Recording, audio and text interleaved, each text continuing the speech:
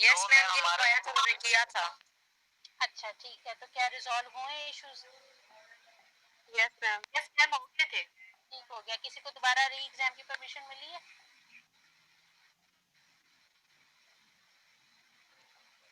Ma'am हो रहे हैं बच्चों के ना, जिनका मसला था ना, इशू था, तो उनके हो रहे हैं। बिल्कुल बिल्कुल ऐसा ही है, क्योंकि रेगुलर की क्लास में भी आई थिंक सो आज है री एग्जाम है स्टूडेंट्स का, या कल है, ऐसे कुछ इन्हीं डेज के अंदर दोबारा जो एग्जाम कमेटी है उनके केसेस जो है वो एक्सेप्ट किए हैं।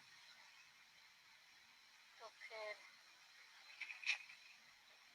चलो अच्छी बात है, इसका कोई इशू आया तो रिजॉल्व भी हुआ।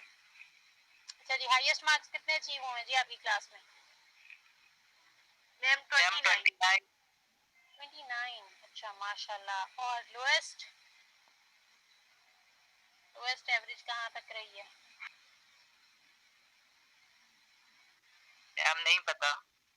नहीं, किसी के तो आए होंगे ना। चलें, जिसके कम आए वो बता दे, मैडम मेरे इतने कम है। 13 14 तक गई है, 15 तक गई है।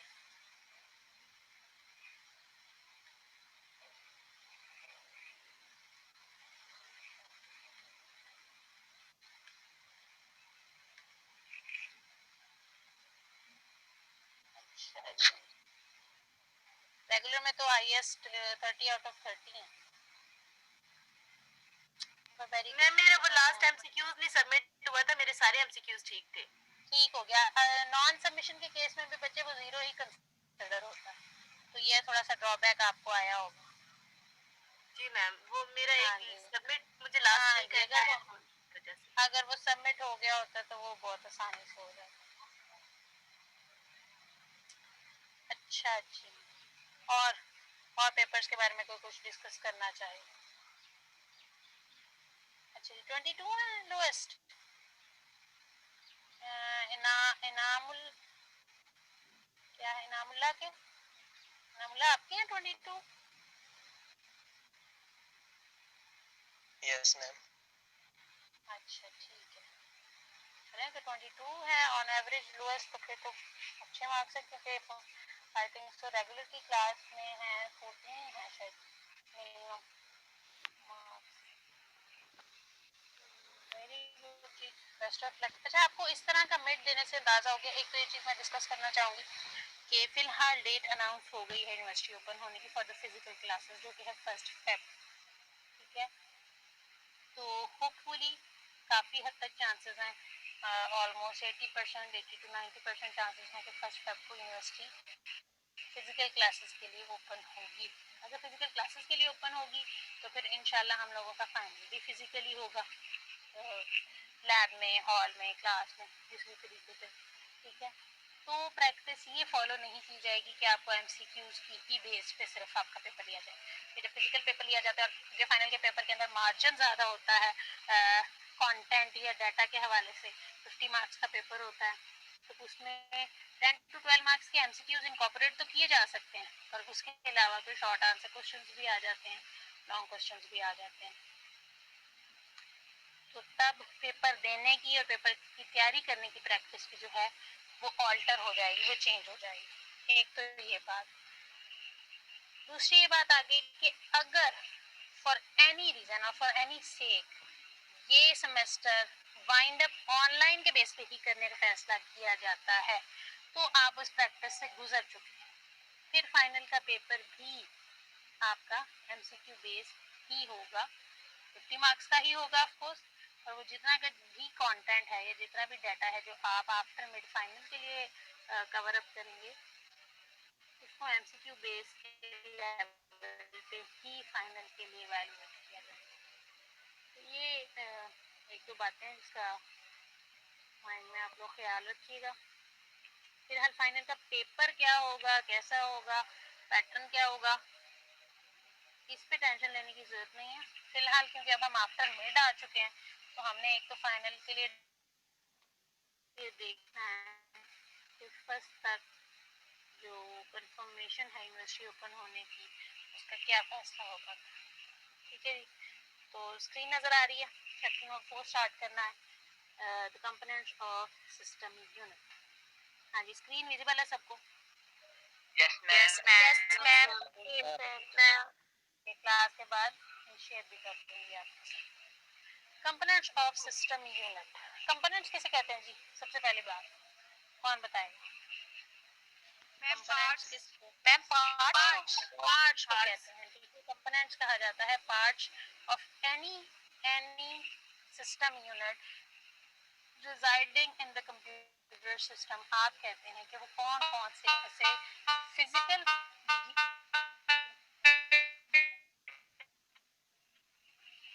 जी अच्छा बच्चे, मैं रिकॉर्डिंग के साथ अरेंज कर देती हूँ। मैंने आपकी आवाज करती बच्चे, ठीक है, मुझे समझ आ गई, माइक ऑफ कर सकती हैं।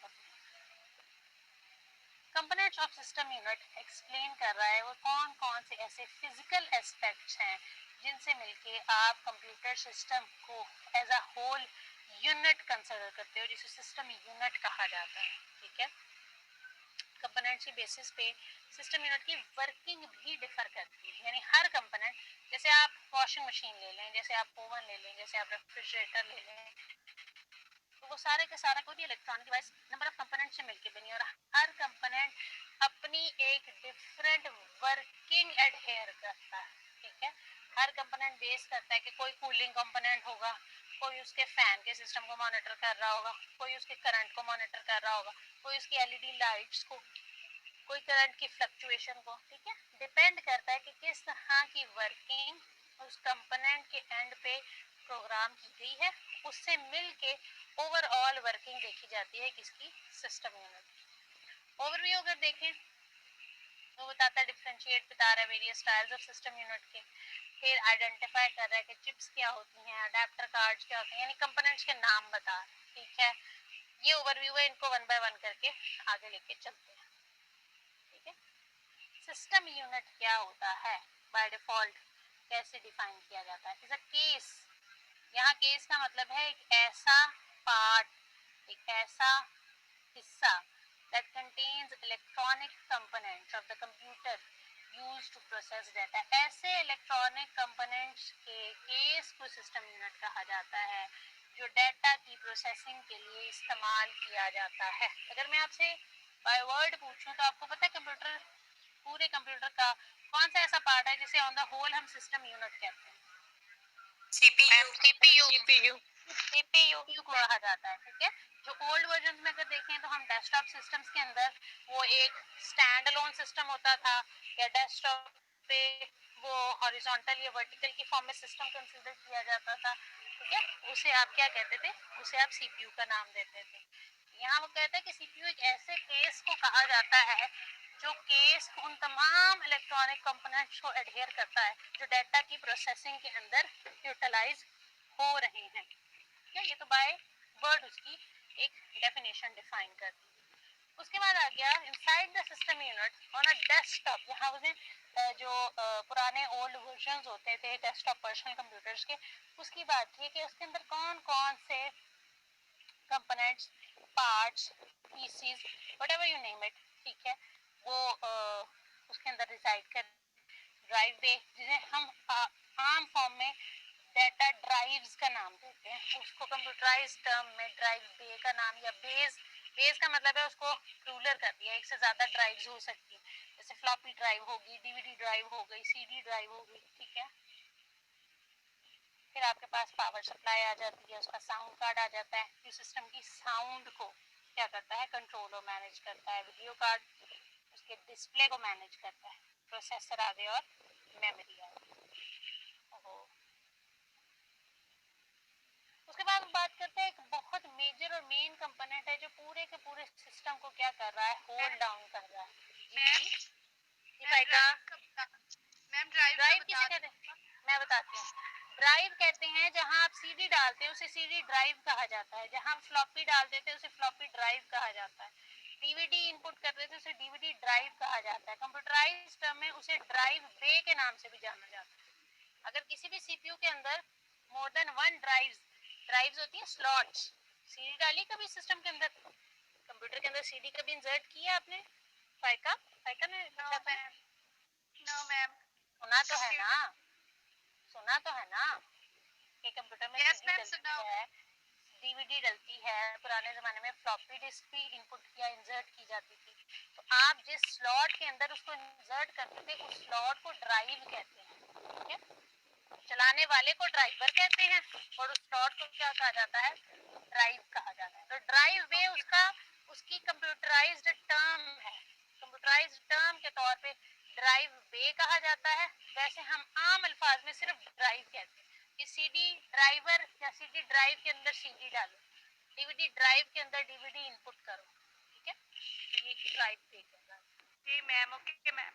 ये मोस्ट मेजर कंपोनेंट इसका काफी हद तक लोगों को पता होगा, जिसे मदरबोर्ड के नाम से जाना जाता है, is the main circuit board of the system unit.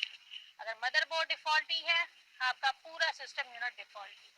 अगर मदरबोर्ड के अंदर कोई करप्शन है, उसकी कोई एलईडी, उसका कोई सर्किट, उसका कोई कंपोनेंट ठीक से काम नहीं कर रहा, इट मींस आपका पूरा सिस्टम जो यूनिट है वो डाउनफॉल की तरफ जाएगा और वो ठीक से काम नहीं करेगा। The computer chip contains integrated circuits, यानी इसके ऊपर जो आपको पिक्चर में भी नजर आ रहा होगा बहुत क्लियरली कि इसके ऊपर चिप्स लगी होती हैं, मेमोरी स्लॉट्स लगी होती हैं, छोटे छोटे ट्रांजिस्टर्स लगे हुए हैं, कोई कोई कंप्रेसर या कंपोनेंट या प्रोसेसिंग स्लॉट्स लगी हुई हैं, ठीक है, मॉड्यूल्स लगे हुए हैं। इन सारी की सारी जो सर्किट है, सर्किट बोर्ड है, चिप्स से मिलके जो बन रहा है, उसे आप क्या कहते हैं, मदरबोर्ड। इसको मदरबोर्ड इसीलिए कहा जाता है, जैसे मदर पूरा का पूरा सिस्टम कंट्रोल करती है, होल्ड करती है, उसकी वर्किंग मेन एंड से, बाय वर्ड मीनिंग समझा रही हूँ, मदर के एंड से होती है। ऐसे सारी की सारी आपके सिस्टम यूनिट की जो प्रोजेक्शन है, प्रोडक्शन है, जो वर्किंग है, वो एक ऐसा सर्किट बोर्ड कंट्रोल कर रहा होता है जिसे उसने रेफरेंस के तौर पे मदरबोर्ड का नाम दिया। ठीक है जी, क्लियर हो गई बात। आगे फिर वो बात करता है प्रोसेसर क्या है। प्रोसेसर को सेंट्रल प्रोसेसिंग यूनिट या सीपीयू भी कहा जाता है अगर कंप्यूटराइज्ड टर्मिनोलॉजी में देखें, और अगर बाय वर्ड सिर्फ देखें तो प्रोसेसर करके आप इसको जान सकते हैं। इंटरप्रेट्स का क्या मतलब होता है जी, ट्रांसलेट करना, ट्रांसलेट करता है and carries out the basic instructions that operate a computer. Translate क्यों करता है जी, प्रोसेसर को किसी भी डाटा या इंफॉर्मेशन को ट्रांसलेट करने की क्या जरूरत, ना करे ट्रांसलेट, सिर्फ कैरी आउट करे। कैरी आउट का मतलब होता है इम्प्लीमेंट कर देना, परफॉर्म कर देना। Basic instruction on end of करने की इंस्ट्रक्शन है। मेमोरी में कोई चीज सेव करनी है, मेमोरी में कोई चीज रिट्रीव करनी है, ठीक है, कोई चीज डाउनलोड करनी है, कोई चीज अपलोड करनी है, कोई चीज कॉपी पेस्ट करनी है, किसी भी तरह की कोई एक्टिविटी परफॉर्म करनी है, ये बेसिक इंस्ट्रक्शन है। सिर्फ इन्हें परफॉर्म कर ले। इन इंस्ट्रक्शंस को या इस डाटा को वो इंटरप्रेट क्यों करता है, ट्रांसलेट क्यों करता है, क्योंकि हम सिस्टम की जुबान नहीं समझ सकते, सिस्टम हमारी जुबान नहीं अंडरस्टैंड कर सकता। हम ये नहीं कह सकते मेरे सामने लैपटॉप खुला और मैं लैपटॉप को कहती हूँ लैपटॉप कॉपी पेस्ट, क्या वो सुनेगा, क्या वो समझेगा, नहीं। अनटिल एंड अनलेस मैं कमांड फीड करूँ उस सिस्टम के अंदर, ठीक है। मैंने जब कमांड फीड की तो मैंने कमांड फीड की कंट्रोल सी फॉर कॉपी के लिए, कंट्रोल वी फॉर पेस्ट के लिए। ये कंट्रोल सी और वी भी मुझे समझ आ रही है क्योंकि ये मेरी इंग्लिश लाइक लैंग्वेज के सिमिलर है। C T R L control English जैसा वर्ड है, सी एबीसी का वर्ड है, कॉपी के लिए यूज होता है, इंग्लिश लाइक स्ट्रक्चर है। कंट्रोल वी के लिए भी या कंट्रोल एक्स के लिए भी जब आप कट करते हैं इंग्लिश लाइक स्ट्रक्चर की कमांड्स को यूज करते हुए मैंने एज अ ह्यूमन बीइंग मेरे सिस्टम को एक कमांड दी, इस चीज को कॉपी पेस्ट या कट पेस्ट करो। पर अगर मैं सिस्टम की जुबान का हूँ तो सिस्टम तो 01 में डाटा को अंडरस्टैंड करता है। सिस्टम के लिए कंट्रोल भी पीछे 00110 की कोई कोडिंग है, सिस्टम के लिए ए बी सी डी भी या जो सी वी एक्स है, जो भी शॉर्टकट्स हैं उनके लिए भी उसके पास एक बाइनरी वर्जन है जिसे वो 001 की लैंग्वेज कहता है। उसको ये लैंग्वेज मेरी इंग्लिश लाइक स्ट्रक्चर समझ नहीं आती और मुझे 01 की बाइनरी समझ नहीं आती। Processor as a bridge, as an intermediate entity, as a translator, as a interpreter, concept समझने के लिए आप इन 3-4 लाइनों, ज्यादा वर्डिंग, ज्यादा टर्मिनोलॉजीज या 3-4 सेंटेंस इसलिए बोलती हूँ ताकि बात क्लियरली समझ आ सके। अगर आप सेल्फ राइटिंग भी कर रहे हैं पेपर में तो आपको पता हो कि मैडम ने इस एस्पेक्ट से भी बोला था तो बात का मतलब यही था, मैडम ने इस एस्पेक्ट से भी कॉन्सेप्ट समझाया था तो बात का मतलब यही था। 3-4 सेंटेंस बोल देना या वर्ड्स या टर्म्स बोल देना का मकसद होता है कि आप उस चीज को मेमोराइज करो कि इसको हर एंगल से डिफाइन या डिस्क्राइब किया जा सकता है, ठीक है। तो processor as a intermediate party, as a third person, as a translator, as a interpreter act करता है किसके बीच में, ह्यूमन बीइंग और उस सिस्टम के बीच में जिस सिस्टम से उसने अपना काम करवाना है, ठीक है। दैट्स व्हाई आप सीपीयू को, दैट्स व्हाई आप प्रोसेसर को इंटरप्रेटर के नाम से जानते हैं, या कहते हैं कि वो इंटरप्रेट करता है और कैरी आउट करता है। कैरी आउट का मतलब परफॉर्म करता है कंप्यूटर के जो बेसिक इंस्ट्रक्शंस हैं, बेसिक ऑपरेशन। उसमें उसका एक और यूनिट आता है जिसको वो क्या कहता है, एएलयू का नाम देता है। बेसिक इंस्ट्रक्शंस में तमाम इंस्ट्रक्शंस तो आती हैं, पर अगर वो इंस्ट्रक्शंस स्पेसिफिकली मैथमेटिकल इंस्ट्रक्शंस हो, तुम्हें 2+ करना है, 5 को 3 से डिवाइड करना है, या कोई और लॉग या पावर साइन या किसी भी तरह का मैथमेटिकल कैलकुलेशन अप्लाई करनी है, तो प्रोसेसर उसे इंटरप्रेट तो लाजमी कर लेगा, मेरी जुबान से सिस्टम की जुबान में, सिस्टम की जुबान से मेरी जुबान में। पर इस चीज को प्रोसेस कौन करेगा, इस चीज को प्रोसेसर का एक स्पेसिफिक हिस्सा, प्रोसेसर का एक स्पेसिफिक पार्ट, प्रोसेसर का एक स्पेसिफिक यूनिट मैथ की कैलकुलेशंस करेगा, जिसे अरिथमेटिक लॉजिक यूनिट कहा जाता है। शॉर्ट फॉर्म में आप उसको एएलयू के नाम से भी जानते हैं। ये कॉन्सेप्ट क्लियर हुआ? कोई कंफ्यूजन तो नहीं है कि प्रोसेसर क्या है और एएलयू क्या है? हाँ जी, किसी का कोई क्वेश्चन है तो अभी पूछ सकता है मुझसे। कोई क्वेश्चन नहीं भाई? खामोशी का मतलब हाँ होता है, ये वाला कॉन्सेप्ट कंसिडर करूं भाई?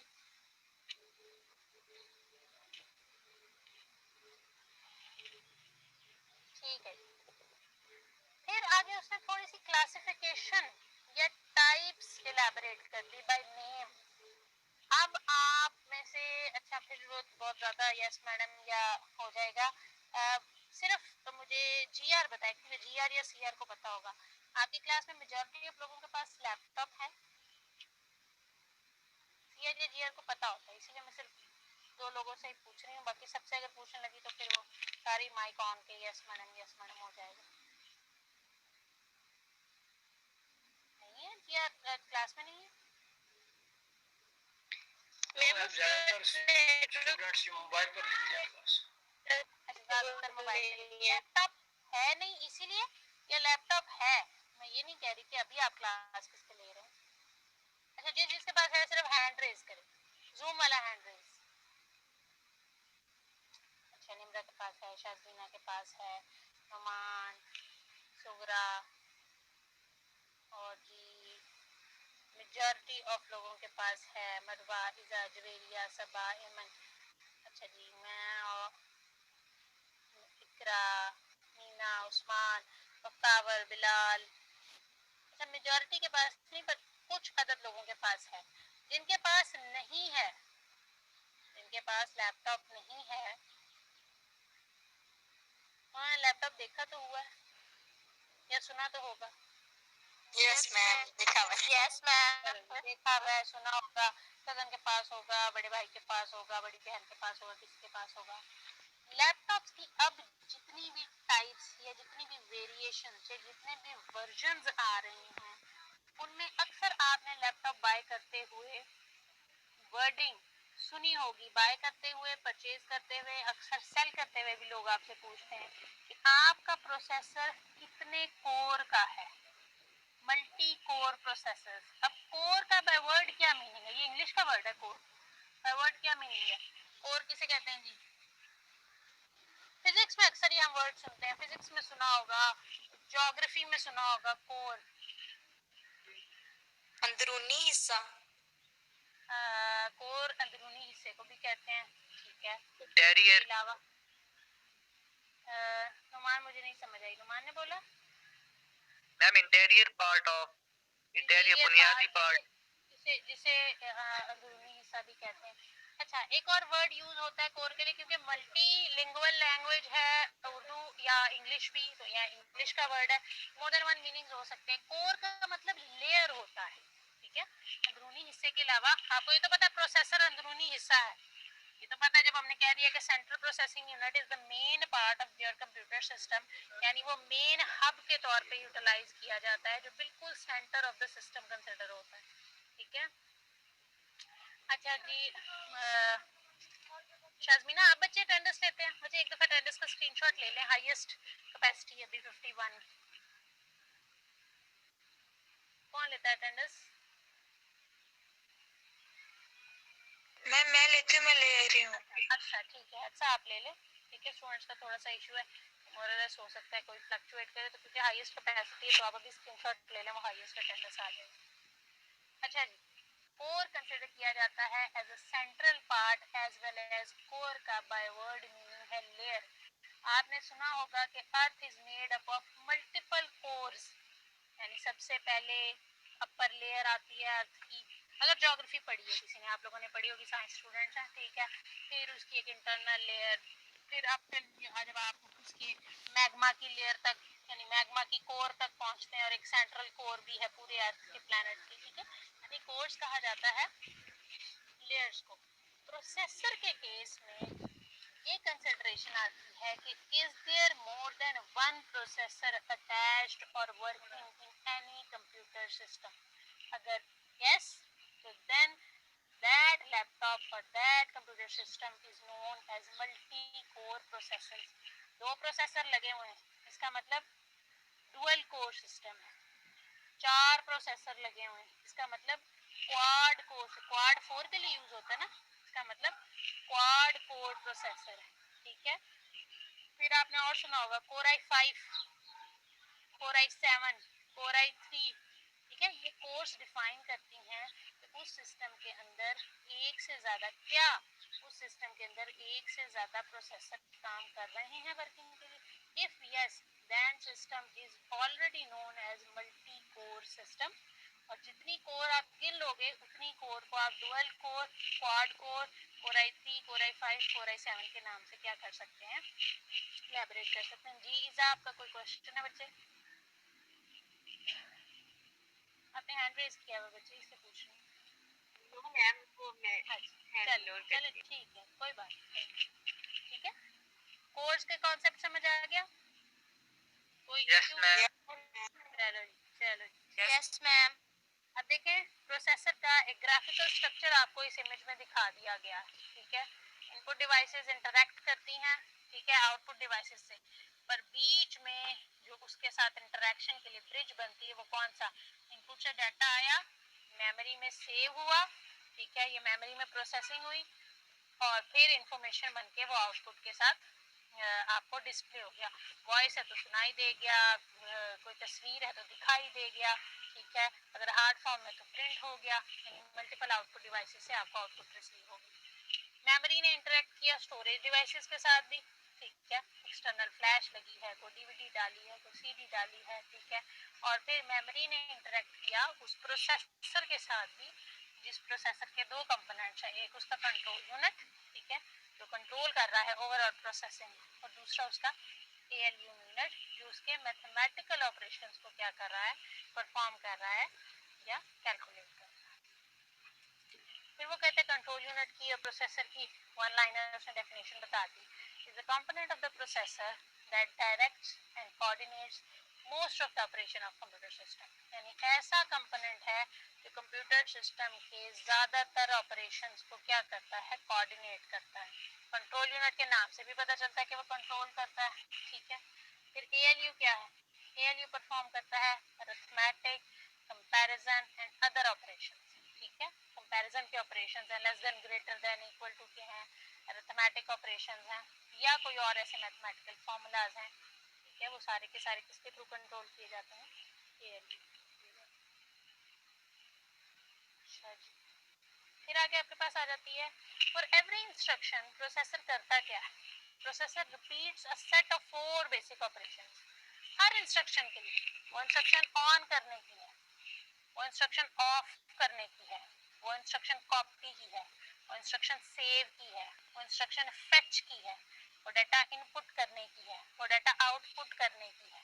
कोई भी इंस्ट्रक्शंस है, हर इंस्ट्रक्शन को प्रोसेस करने के लिए वो 4 स्टेप्स बार बार रिपीट करेगा, ठीक है। जिस इसे मशीन साइकिल भी कहते हैं। वो 4 स्टेप्स बार बार रिपीट करेगा जिसे आप मशीन साइकिल भी कह सकते हैं। पहला स्टेप, ये यहाँ पे तस्वीर में लिखा आ रहा है, मैं थोड़ा सा जूम इन कर दिया ताकि आपको नजर आए। पहला स्टेप, एक सेकंड बच्चे जरा होल्ड कीजिए।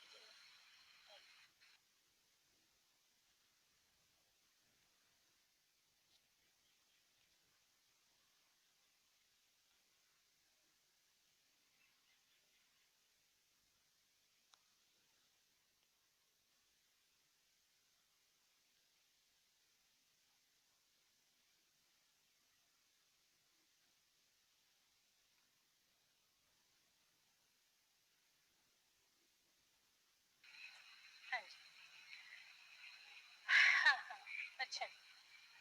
स्टेप नंबर 1 क्या है जी? The control unit fetches the math problem instructions and data from the memory. यानी पहला स्टेप उसने ये किया, अगर मैथमेटिकल कोई कैलकुलेशन है, इसलिए उसने मैथ के रेफरेंस से इस एग्जांपल को दिया। अगर कोई मैथमेटिकल कैलकुलेशंस है तो वो क्या करेगा? वो कंट्रोल यूनिट मेमोरी से उस प्रॉब्लम को फेच करेगा। फेच करने का क्या मतलब होता है? उसे एक्सेस करना, उसे रिट्रीव करना।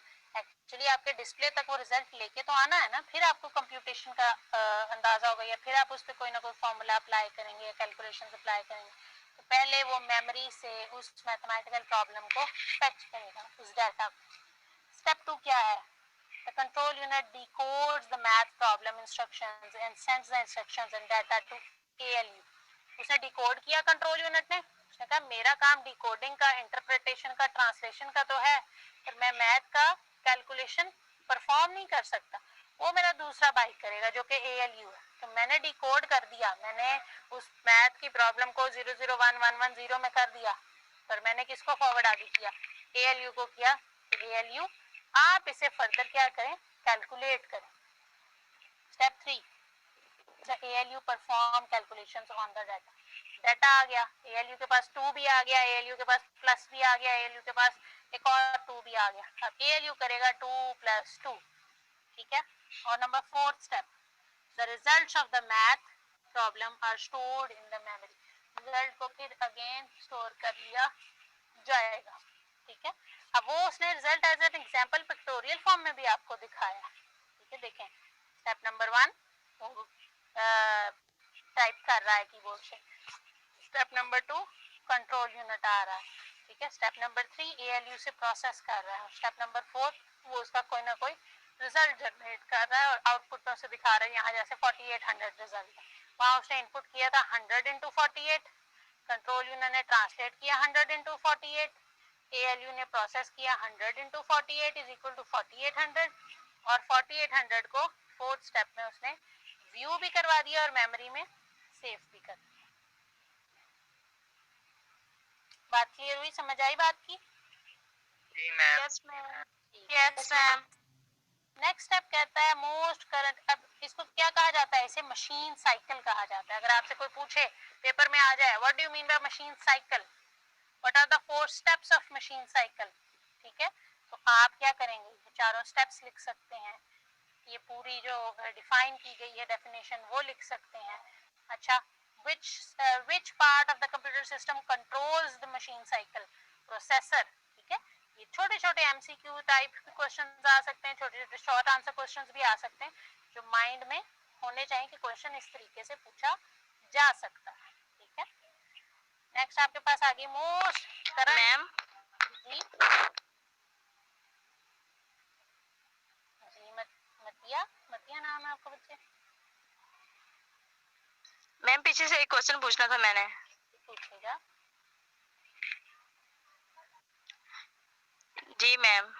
जी पूछेगा। तो कितना पीछे? मैंने कहना था कि आप कह रही हैं कि जो सिस्टम यूनिट है जो, हाँ जी जी पूछे, सिस्टम यूनिट है। Yes ma'am. Ma'am control unit ले रहे हैं ना इधर, तो जब हम कैलकुलेटर पे लिखते हैं कुछ, वो तो स्टूडेंट लिख रहे हैं ना कोई, तो फिर ये, जी मैम, तो ये मेमोरी से कैसे ले रहा है? ये इस बात की समझ नहीं आ रही, ये समझा दें। कैलकुलेटर पे नहीं बच्चे, कैलकुलेटर पे ये लिखा हुआ है ना कि the student enter the keyboard पे मैथ प्रॉब्लम।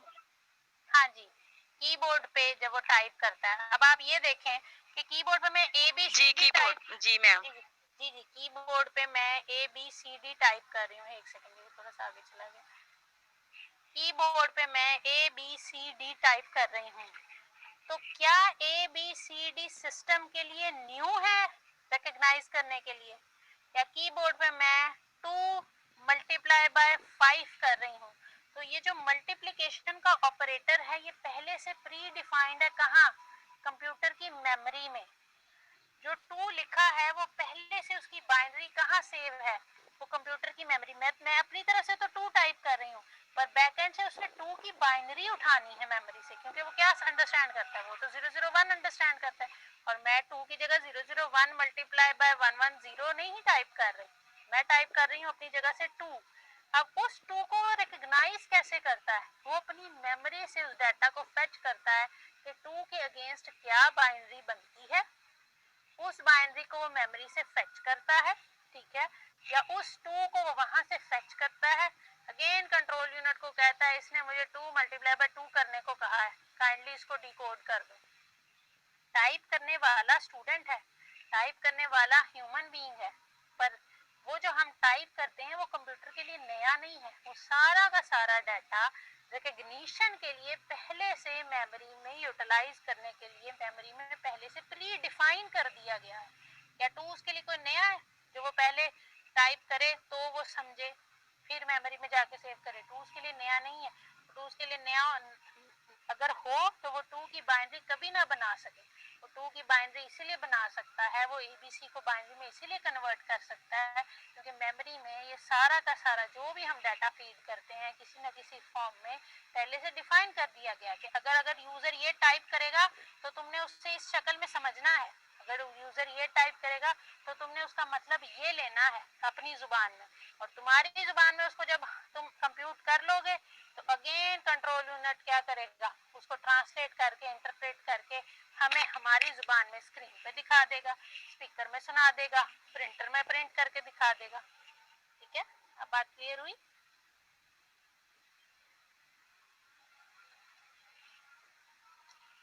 हाँ जी मतिया, अब बात क्लियर होगी बच्चे? नहीं पता मैं आपका नाम ठीक ले रही हूँ या नहीं।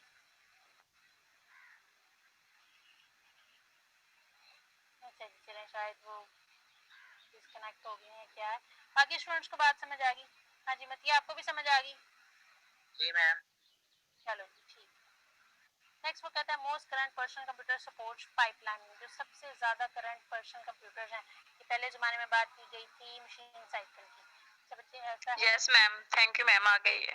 वेलकम, ठीक हो गया। ठीक है, पहले बात ये जो पहले मशीन साइकिल की बात की गई थी, it was the practice of older version of the computer, जो कंप्यूटर के पुराने वर्जन थे मशीन साइकिल वाला जो कॉन्सेप्ट था, मशीन साइकिल वाली प्रैक्टिस उनकी थी।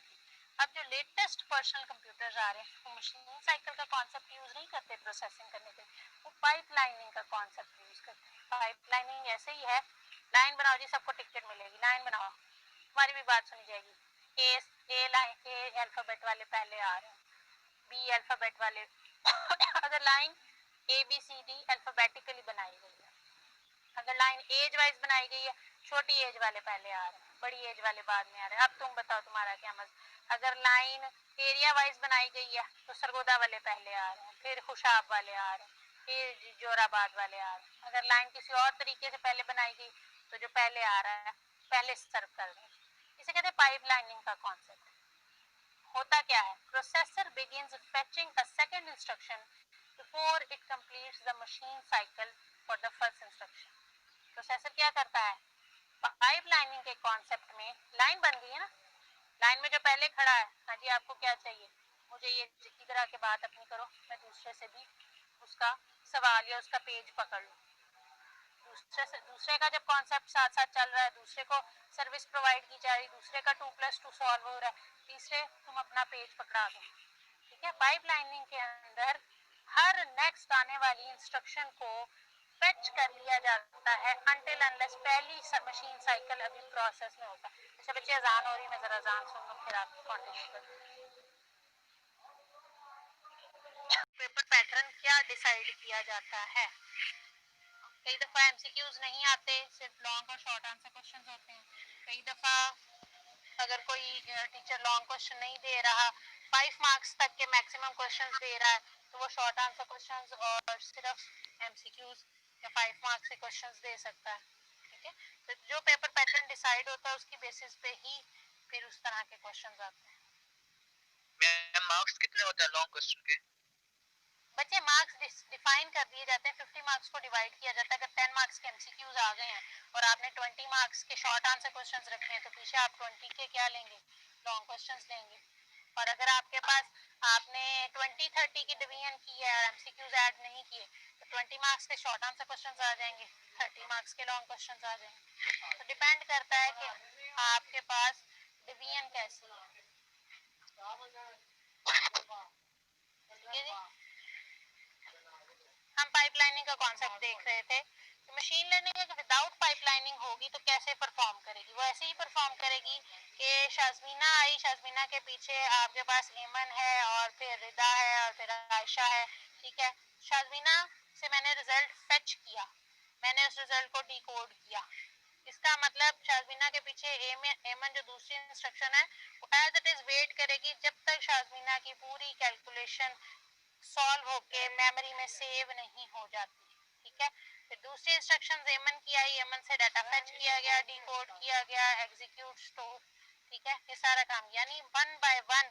अगर पाइपलाइनिंग का कॉन्सेप्ट नहीं यूज किया जाएगा तो मशीन जो साइकिल है वो क्या करेगी, हर इंस्ट्रक्शन को up till start, from the start up till and solve करेगी, देन दूसरी इंस्ट्रक्शन पे आएगी। जबकि आप नीचे देख सकते हैं मशीन साइकिल विद पाइपलाइनिंग क्या कर रही है। इंस्ट्रक्शन नंबर 1 आई, अभी वो फेच साइकिल में थी, डिकोड साइकिल में थी, एग्जीक्यूशन साइकिल में थी, अभी उसकी साइकिल्स परफॉर्म हो रहे थे। साथ ही आपने इंस्ट्रक्शन नंबर 2 की भी फेचिंग ले ली, यानी जब इंस्ट्रक्शन नंबर 1 डिकोड में गई तो आपने इंस्ट्रक्शन नंबर 2 को कहा अपना डाटा फेच करवाओ। जब इंस्ट्रक्शन नंबर 2 डिकोड में गई, इंस्ट्रक्शन नंबर 3 को कहा अपना डाटा फेच करवाओ। जब इंस्ट्रक्शन नंबर 3 डिकोड में गई तो आपने इंस्ट्रक्शन नंबर 4 को कहा अपना डाटा फेच करवाओ। यानी हर लाइन में, हर पाइपलाइन के अंदर फर्स्ट इंस्ट्रक्शन को आगे मूव करवाते गए। आप यहाँ से टिकट ले लो, आप आगे बैठना शुरू कर दो। जब अगले को बिठाना शुरू किया, दूसरे से टिकट लेना शुरू कर दी। जब अगले को उसकी सीट पे अरेंज करना शुरू किया, तीसरे से टिकट लेना शुरू कर दी। ठीक है, आगे से आगे आप क्या करते रहते हो, एक उसको पाइपलाइन में मूव करवाते रहते हो। जो करंट प्रोसेसर्स हैं वो मशीन साइकिल को विद पाइपलाइनिंग सॉल्व करते हैं या एग्जीक्यूट करते हैं, विदाउट नहीं। तो पहले प्रोसेसर्स हुआ करते थे वो क्या किया करते थे, वो ये काम किया करते थे कि वो बगैर पाइपलाइनिंग का इस्तेमाल किए करते हुए मशीन साइकिल यानी one instruction at a time, एक इंस्ट्रक्शन, एक बंदे की बात एट अ टाइम सुनी जा सकती है। जब उसकी बात पूरी सॉल्व हो जाए तो उसको आप क्या कर दो, एग्जीक्यूट करवा दो। क्लियर होगी बात, पाइपलाइनिंग का कॉन्सेप्ट समझ आ गया जी yes ma'am. Ma'am. A processor contains registers that temporarily holds data and instructions. Register का कॉन्सेप्ट ऐसे ही है जिसे आप करंट लॉग का कॉन्सेप्ट लेते हैं। करंट लॉग का मतलब है कि वो डाटा जो करंटली सिस्टम के अंदर रन हो रहा है वो किसी न किसी टेम्पररी मेमोरी पे जाके सेव होगा। उस टेम्पररी मेमोरी को सिस्टम या प्रोसेसर रजिस्टर का नाम दे देता है। ठीक है, रजिस्टर के अंदर टेम्पररी डाटा सेव किया जाता है, डाटा की इंस्ट्रक्शन सेव की जाती हैं। करंटली हमारे स्क्रीन पे जो चल रहा है, हमारी स्क्रीन का मतलब है इस टाइम स्क्रीन पे जो विजिबल हो रहा है, ये फेच तो स्टोरेज पीछे हार्ड से किया गया है, पर ये करंटली रजिस्टर जिसे होल्ड कर रहे हैं। क्यों? क्योंकि अभी मैं शट डाउन कर सकती हूँ, अभी ये डिस्कनेक्ट हो सकता है, अभी ये गायब हो सकता है, अभी मैं इसमें चेंजेस लेके आ सकती हूँ। यानी रजिस्टर क्या करते हैं, टेम्पररी उस डाटा को, उस इंस्ट्रक्शन को होल्ड करते हैं for a temporary current use. अगर उसे फाइनल फ्यूचर के लिए यूज करना है तो फिर वो हार्ड ड्राइव में सेव होगा, और हार्ड ड्राइव परमानेंट मेमोरी कहलाती है, वो टेम्पररी नहीं कहलाती। मैंने इन्हीं स्लाइड्स को कल भी ओपन करना है, तो मैं यहाँ स्क्रीन पे थोड़ी ओपन आने दूंगी। कल दोबारा शटडाउन के बाद स्क्रीन खोलूंगी तो स्क्रीन पे ही पड़ी होंगी स्लाइड्स, नहीं। फिर मुझे कहाँ सेव करनी पड़ेगी, फिर मुझे ये रजिस्टर, वो सॉरी, परमानेंट स्टोरेज में जिसे हार्ड ड्राइव कहते हैं, उसमें जाके इसको क्या करना पड़ेगा, सेव करना पड़ेगा। फिर आ जाता है सिस्टम क्लॉक का concept. System clock controls the timing of all computer operations.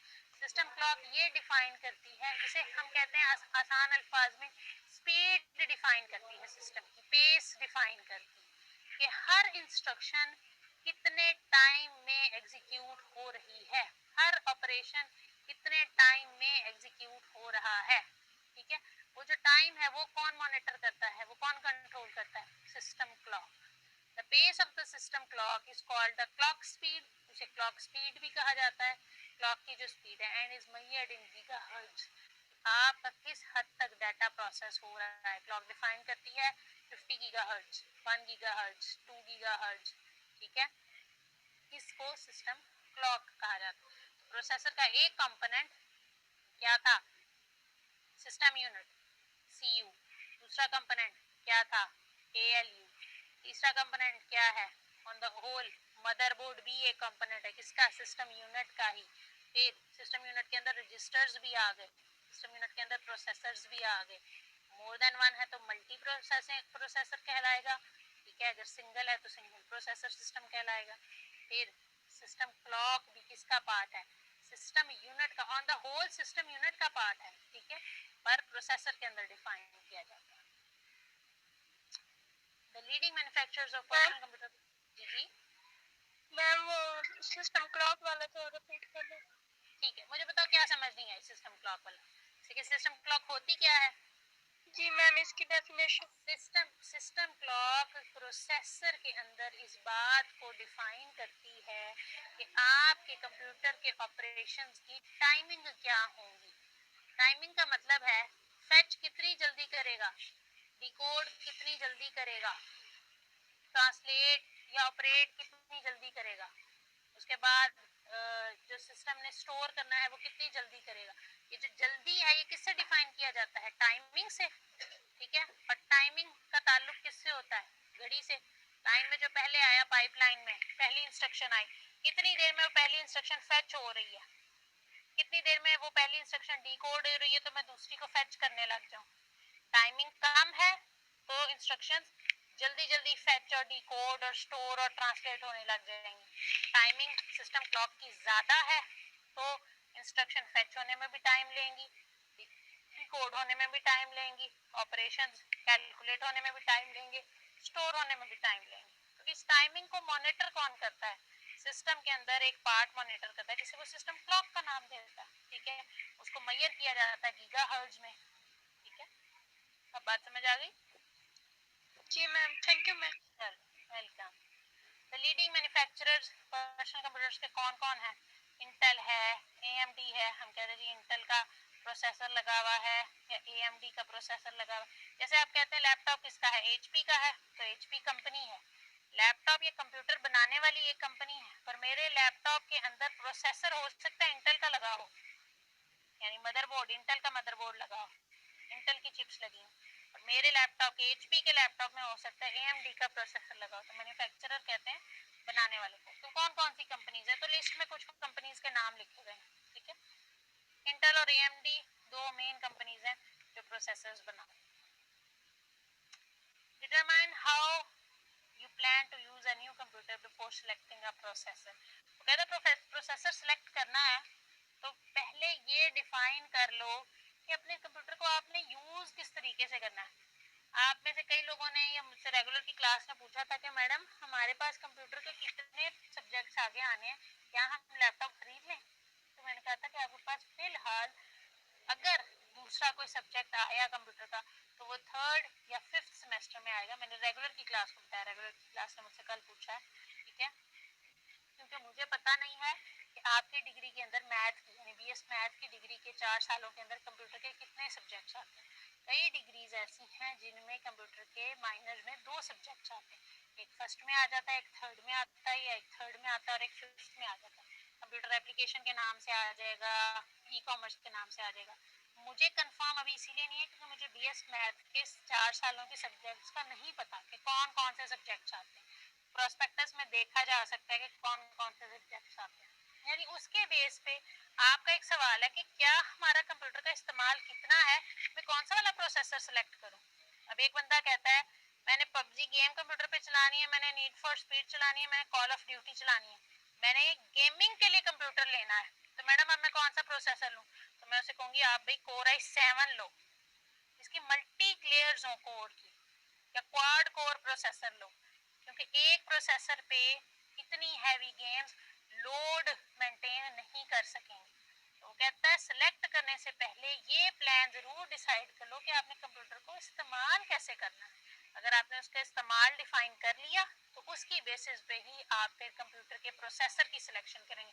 अक्सर बॉयज हैं जी ट्रस्ट प्लाजा जाना है, कौन सा लैपटॉप लें, अच्छा है लैपटॉप भाई आपने सिर्फ पढ़ाई के लिए यूज करना है तो ये ले लें, लैपटॉप भाई आपने गेमिंग के लिए यूज करना है तो आप ये ले लें। यानी हर यूज के लिहाज से उसके प्रोसेसर की सिलेक्शन क्या हो जाती है, डिफरेंट हो जाती है। लैपटॉप आपने जी वीडियोस बनाने के लिए, आपने ऑडियोज बनाने के लिए, जी हम फोटोग्राफर हैं, हम वीडियोग्राफर हैं, हमारा बहुत ज़्यादा ह्यूज डाटा होता है, जैसे जो शादी के फोटोग्राफर्स होते हैं इवेंट्स के, ठीक है, ये भी एक ही प्रोसेसर के साथ काम नहीं चला सकते क्योंकि ह्यूज DSLR लेवल की वीडियोस और ऑडियोज मेंटेन करनी होती है, तो उन्हें high processing power, high processing speed चाहिए होती है, ठीक है।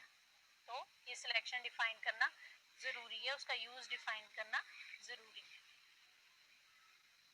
वो कहता है processor chip generates heat that could cause the chip to burn up. इतनी हीट जनरेट होती है कंप्यूटर सिस्टम के अंदर से, इतनी हीट जनरेट होती है कंप्यूटर सिस्टम के अंदर से, उसके प्रोसेसर से, कि वो उसको बर्न अप तक कर सकती है। कितने लोगों को पता है जिनके पास लैपटॉप है, आपको सबको पता होगा लैपटॉप भी हीट अप हो जाते हैं, और अगर जिनको नहीं भी पता, सुना होगा कि लैपटॉप या इवन दैट जो पुराने वो कंप्यूटर्स हुआ करते थे वो भी हीट अप हो जाते थे, ठीक है। ये कॉन्सेप्ट तो पता है ना आपका, सिस्टम के हीट अप हो जाने का। Yes ma'am. इसके लिए फिर additional additional cooling system require होता है। मोस्ट कॉमन क्या है उसमें से, जो आप फैन यूज करते हैं, जो मोस्ट कॉमन है कूलिंग फैन, सीपीयू के सिस्टम के पीछे से फैन की आवाज है, तो मोस्ट कॉमन कूलिंग जो एडिशनल सिस्टम है वो उसकी रिक्वायरमेंट है। हीट सिंक्स लगा लिए जाते हैं। लिक्विड कूलिंग टेक्नोलॉजी भी अब न्यू एडवांस सिस्टम्स के अंदर आ रही है, अंदर ऐसी चिप्स लगी हैं जो सिस्टम को, ठीक है, वो भी उसमें लिक्विड नाइट्रोजन फिल इन हुई हो वो ट्रैवल करती है, ठीक है, या और सिस्टम है उसके थ्रू क्या किया जाता है, प्रोसेसर की जो हीट है उसको मैनेज या कंट्रोल कर दिया जाता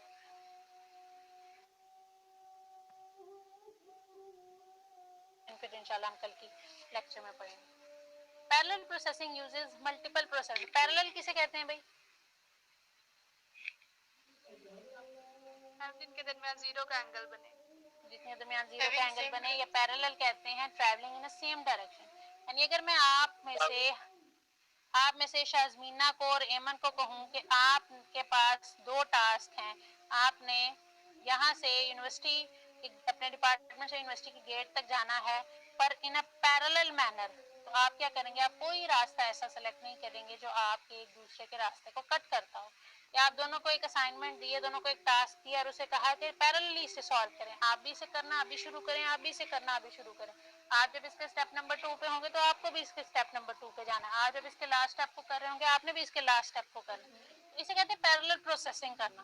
तो वो कहता है कि अगर पैरेलल प्रोसेसिंग की जाए या पैरेलल प्रोसेसिंग करनी हो तो मोर देन वन प्रोसेसर की जरूरत तो पड़ती, क्योंकि एक प्रोसेसर पैरेलल प्रोसेस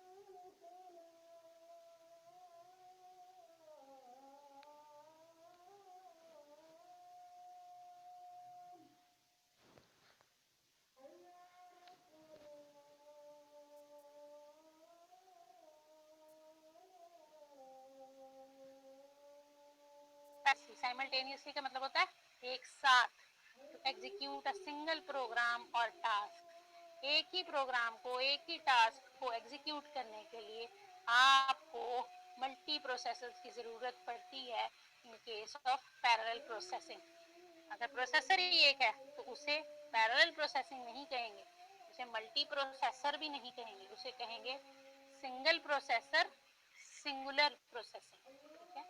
मैसिवली कहते हैं ऑन अ ह्यूज स्केल, बड़े पैमाने पे। Massively parallel processing involves hundreds और थाउजेंड्स ऑफ प्रोसेसर। अगर बहुत ह्यूज अमाउंट पे पैरेलल प्रोसेसिंग करनी है, जैसे नादरा के लेवल पे करनी है, बहुत ह्यूज डाटा है, जैसे फोरकास्ट का डाटा है, बहुत ह्यूज डाटा है, कोई एस्ट्रोनॉट्स का या स्पेस का डाटा है, वो पैरेलल प्रोसेसिंग करनी है, ठीक है।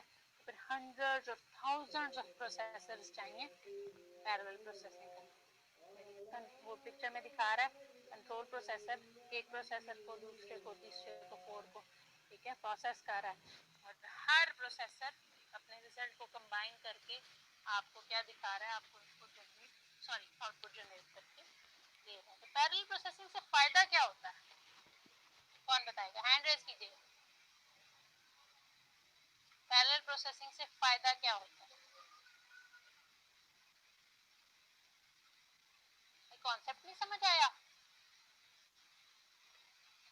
सिस्टम की स्पीड ज्यादा होती है और जल्दी हमारे पास आउटपुट शो होती है। सिस्टम की स्पीड एनहांस हो जाती है, यानी क्लॉक साइकिल जो होता है उस प्रोसेसिंग का वो मिनिमाइज हो जाता है और आपको रिजल्ट फौरन मिल जाता है। अच्छा, अगर मैं कहूँ कि मैं 2 + 2 कैलकुलेट करना चाहती हूँ और मैंने अभी किया 2 + 2, रिजल्ट आ रहा है, रिजल्ट आ रहा है, 2 घंटे हो गए रिजल्ट आ रहा है, वो साइकिल घूम रहा है, 4 घंटे हो गए रिजल्ट आ रहा है, शाम को आंसर आया 2 + 2, मैंने किया 2 + 2, एंटर प्रेस किया, सामने आया 4। तो मेरे लिए बेनिफिशियल उसी टाइम आंसर आ जाना, एफिशिएंसी, स्पीड, ठीक है, रिलायबिलिटी, ये सारी चीजें मैटर करती हैं। या मैंने किया 2 + 2 और शाम तक मैं बैठी रहूं, उसका आंसर ही नहीं आ रहा, आंसर ही नहीं आ रहा, आंसर ही नहीं आ रहा, क्योंकि कॉम्प्लेक्स कैलकुलेशन, एग्जांपल ले रही हूँ, 2 + 2 कॉम्प्लेक्स नहीं है, पर कोई कॉम्प्लेक्स कैलकुलेशन है, कोई बड़ी कैलकुलेशन है, बड़ी कैलकुलेशन है, सिंगल प्रोसेसर लगा, प्रोसेसर तो कर रहा है, तो भाई लगा हुआ है, लगा हुआ है, सॉल्व कर रहा है, शाम तक आंसर आ गया। मेरे लिए बेनिफिशियल क्या है कि मैं एंटर प्रेस करूं तो मुझे फोरकास्ट आ जाए कि कल धूप निकलेगी या नहीं निकलेगी, तो मुझे डाटा पता चल जाएगा, इतने लोगों ने ये चीज एंटर की है, या इतने लोगों ने ये चीज सेलेक्ट की है, या स्पेस में ये हो रहा है। क्योंकि हमारी इंफॉर्मेशन और हमारा डाटा बहुत एक्सपेंसिव होता है, तो उसका रिजल्ट जनरेट करना, उसकी एफिशिएंसी, उसकी स्पीड, उसकी रिलायबिलिटी भी उतनी ही मैटर करती है।